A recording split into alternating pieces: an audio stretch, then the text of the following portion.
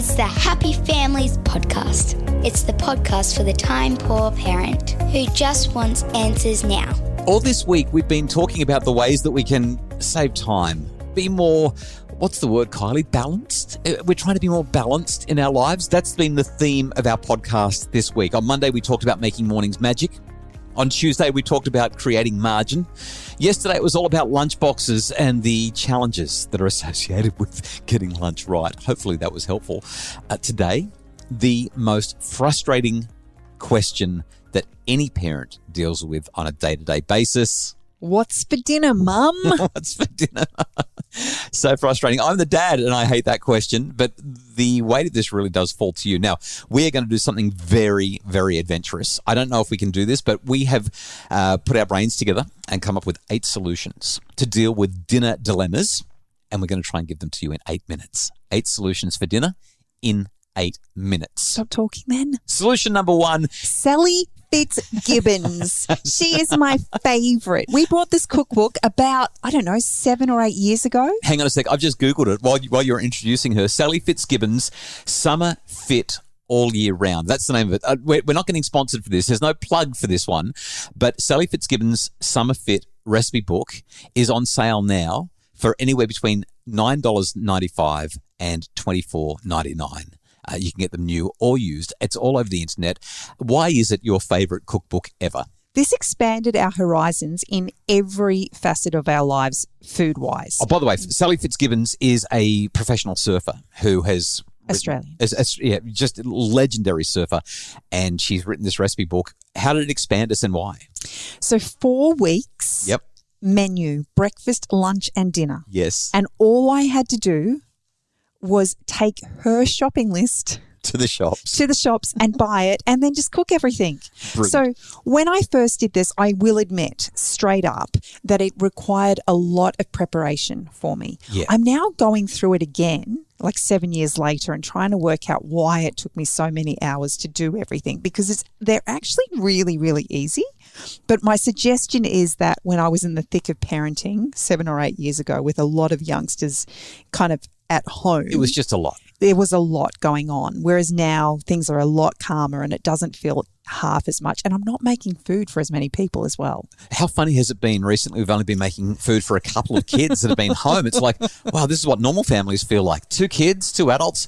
We can do this. I'm really enjoying cooking for 4. So our number 1 solution, like seriously, we love this cookbook. The recipes in it are almost all, like, it's so rare that you buy a recipe book where you like everything, but I reckon we like 90% of what's in this book. It is so tasty.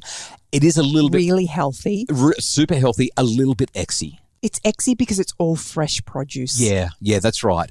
And so every now and again we do cheat and just have some fried eggs or some 2-minute noodles because it's heavy on the budget. But the food tastes amazing and it's all there. You don't have to do any thinking. Everything is planned. That's our number 1. We're taking too long because I said 8 in 8 minutes. Because you butted in. Okay, number 2. Number 2 is my favourite one. Themed nights. We used to do meat-free Mondays. Yeah, No Meat Monday or Meat-Free Monday was a favourite of ours. So was either Taco Tuesday. Taco Tuesday. Some people do Mexican Monday or something like that. We've done Seafood Saturday. We've done a Free-for-all Friday, which is kind of like what we might call a yo-yo night where the kids can just have whatever they want that's in the fridge. Whatever Wednesday, which is kind of the leftover night. Susie Burrell, who I've spoken to a couple of times on the podcast, a very, very well-known dietitian, said that in her family with her young kids, she just found that it was easiest to have a 2-week rotating roster. So every Monday night was salmon and every Tuesday night was tacos and every Wednesday night. And she just made sure that 7 nights a week, there were simple meals, really simple meals that the kids liked to eat. And when our kids were younger, that's exactly what we did. Yeah, so every 14 days, just go back to the beginning and try again. So lasagna, spaghetti. That's right. That's how I feel about it after 24 years of cooking. Yeah, that's it. So I can't even say it. But spaghetti bolognese. But the idea here is you don't have to do it's not cognitively taxing when you've got 14 meals on rotation every 2 weeks. Shopping is easy. Cooking is easy. Doesn't require any thought. And then when you do something different because you feel inspired to do it, you really get to enjoy it. So that's our second idea. Number 1, Sally Fitzgibbon. Number 2, go with a themed night or have some sort of a regular roster for your meal so you don't have to think about it. Number 3, involve your kids. Yeah. We've got fussy eaters. Get them looking through the cookbooks and find things that they're interested in. That's the first one. But secondly, get them involved in actually cooking the meals. Yeah. They're usually pretty happy to eat what they've prepared. Not always. We have had 1 or 2 kids that have said, I'm happy to cook it, but don't ask me to eat this. It doesn't look nice at all. But usually, especially when they're younger, they're pretty happy to try whatever they've been involved with eating. Okay, this next one is mine. You don't even know where I'm going with this one. There's only one word that I've written down for it. It's a Facebook answer. Facebook answer. So I've got to confess, I haven't done this, but I've got really good intentions. And I think in the next couple of weeks, I'm going to do it one night when you don't feel like doing a Sally Fitzgibbon meal. I just jumped onto Facebook a couple of months ago and started following Adam. I don't even know how to say his last name. Liaw. Adam Law. I don't know exactly how it's said. He's a Malaysian-born Aussie cook. He won MasterChef back in the second year of MasterChef. So we're going back a long time now. But on his Facebook page, he's got a public profile and he just posts amazing recipes. And even though I've never cooked one, I'm so sorry, but I've been following them and they look incredible and really simple. Here's an example. He posted this one back on the 3rd of August and it just came up in my feed today for some reason.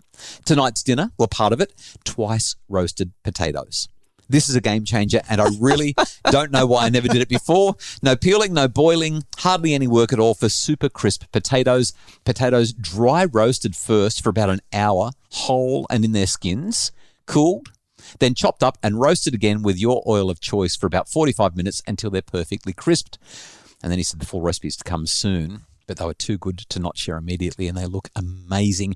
And I'm just looking at this and going, there's so much inspiration, so much easy access to so many recipes on Facebook if you just know who to follow. And I'm following Adam Law with 220,000 other people. And I think we should do the twice roasted potatoes this Sunday for our roast. It just looks amazing. Well, it's your answer, so you're cooking. Okay, number 5. Number 5, this is a fun one, meal swaps. Yeah. So you can do this one of 2 ways.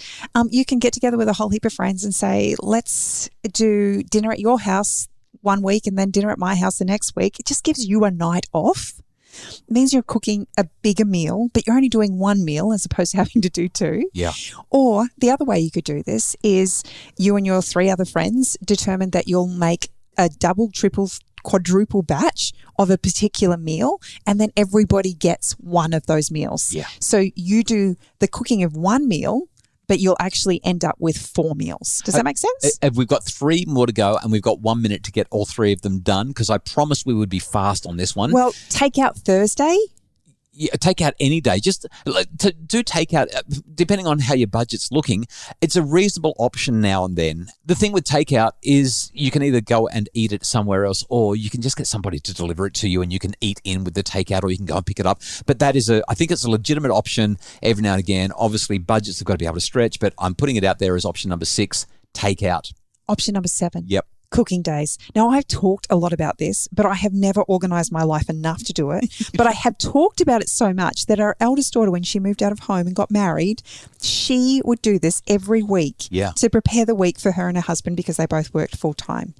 And it was just brilliant. She loved it. So much so that the other night, after she's had a baby, mind you, she recognised that you and I were just struggling after the accident, and she was the one who pulled out a couple of freeze meals out of her fridge and said, "Here, Mum, you don't need to cook tonight." Here's the lasagna. How good was that? Was For those so of you who good. missed the news, the accident we talked about last Friday, and I'll do better tomorrow. I had an accident where I damaged myself so badly that we needed our daughter to cook dinner for us. Our married, just had a brand new baby daughter. Okay, last one. I just think we should eat outdoors more. If you're stuck for what's for dinner, just decide that tonight we're going to eat outdoors. And that might mean that, I don't know, the rules are different when you eat outside. Whether you're eating out on the balcony or you're going to a park or the beach or something like that, the rules kind of change. And eating outside, it just feels awesome. So sometimes you might buy the meal. Other times, I don't know, you can kind of just cook anything. Light, simple, cheap. You can kind of cheat with dinner when you eat outside.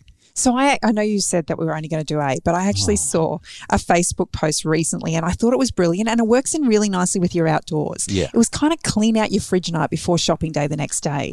And so they just used muffin tins for their kids. Each little muffin hole had a different thing. So that might have been carrot sticks or, slices of cheese, just a whole heap of different things. And the kids loved it. And I thought that would be a great idea too. Clean out the fridge night. Let's do it. Well, there's 9 ideas to help to deal with the question, what's for dinner, Mum?